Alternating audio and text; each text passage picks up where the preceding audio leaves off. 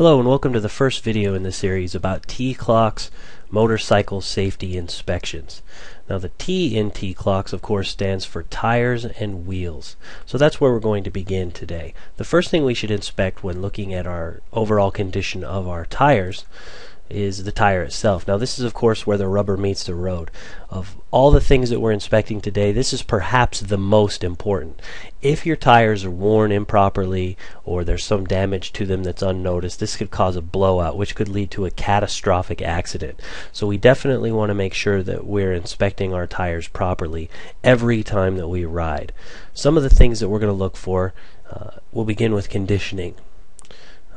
When you inspect the tire's condition, the first thing that you want to check for is good weathering. You want to make sure that the tire is wearing evenly, that there's no cracks in the sides that show dry rot or anything like that.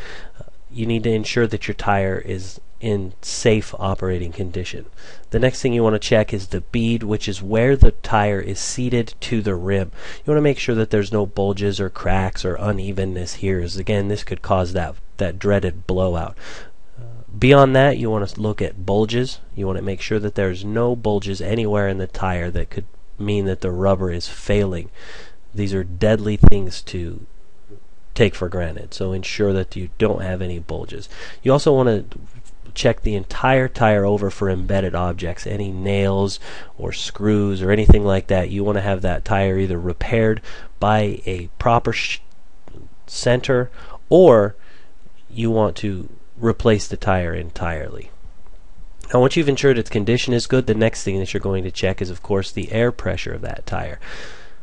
In order to do this, you're going to need a gauge like the one I've got pictured here. You can get them everywhere for a very small amount of money. I think the one there cost about $1. All you need to do is place that on the valve stem and ensure that the pressure meets the specification. Now there are several locations where you can find the specification for tire pressure. Most motorcycles will have a sticker on the frame that dictates the pressure. Beyond that, it's always a safe bet to check the owner's manual. If you can't find that sticker anywhere, or you don't have a location in the owner's manual, it is also going to be printed on the sidewall of the tire. Preferably you want to use the motorcycle specific ones that are located in the owner's manual or on the sticker as opposed to the sidewall, but the sidewall is better than nothing. Finally, when you're checking your air pressure, you want to make sure to check it when it's cold. Obviously, once your tire heats up, the air pressure is going to increase, and all the specification locations will list the cold pressure for your tire, which can vary quite a bit once your tire is warmed up. Once you've made sure your tires have good air pressure, the next thing that you're going to want to check is tread wear. Now you can see here in this picture I'm using a Lincoln head penny to indicate that I still have appropriate levels of tread wear. The reason for this is that 1/16 of an inch is the preferred level of tread wear. If you have more than 1/16 of an inch, then you should be good to go, and that just happens to be the distance from the top of Abraham Lincoln's head to the edge of the penny. So if you can see any space above Lincoln's head, it means that it's time to replace your tires.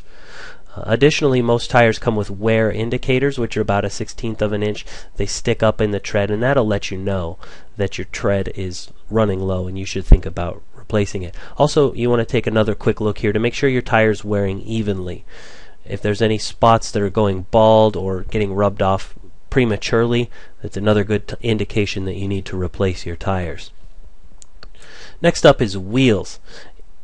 Now there are two predominant types of wheels that are available on the market for motorcycles. You can see in the photos here, this is a picture of my motorcycle. It has cast wheels. This means there are very small number of spokes. In this example there are 6 or 7, and they're typically made of a cast material, iron or steel, or maybe even aluminum. When you're dealing with cast wheels, you want to make sure that there are no cracks or dents in any of those spokes. Now if you have spoked wheels, typically with many more small spokes, you need to be a little bit more thorough in your inspection. Those are prone to some special failures. You need to ensure that none of them are bent and that none of them have been broken and that there are none missing, and you need to touch each one of those spokes to make sure that none of them are loose or rattle around. That's an indication that there's something wrong with that wheel and you need to have a certified mechanic inspect that. Finally, when you're checking your tires, you want to make sure to check the Once you've gotten past the spokes, you need to ensure that the rims, which is the outer part of the wheel where it meets the tire, is in good shape. You want to make sure that it's round and that there's no bends in it that would make it go out of round. You may have looked at this earlier when you were inspecting your tires for the bead. Finally, while you're looking at your wheels, you want to check the bearings. This is the part where the wheel meets the axle. It's sometimes hard to see, but you're not so much worried about seeing it. What you want to do is make sure that there's no wobble there. You can do that by grabbing a hold of the tire with both of your hands on opposite sides and giving it a little twist and making sure that the tire doesn't wobble around within those bearings. If that's the case, again, it's time to take your bike to a certified mechanic. You don't want to be riding something that's not safe. Finally, for our tires and wheels portion of the T-CLOCS inspection, of course, we have to inspect our brakes. What you want to do is get a hold of each of your brake, your lever with your right hand, and of course the pedal with your right foot for the rear, and you want to make sure that the brakes engage properly, that they feel good in your hand and underneath your foot. And then finally, you want to make sure your motorcycle is in neutral and engage just one of the brakes, either the front or the rear. You're going to do it for both of them, and ensure that while holding that brake, you're unable to push your motorcycle and make it move. If you're able to roll around on your motorcycle while the brakes are engaged, that's an indication that your brakes are bad and you need to have those taken care of. This concludes the first video in our series of T-CLOCS inspections. I'll see you on the next page for more.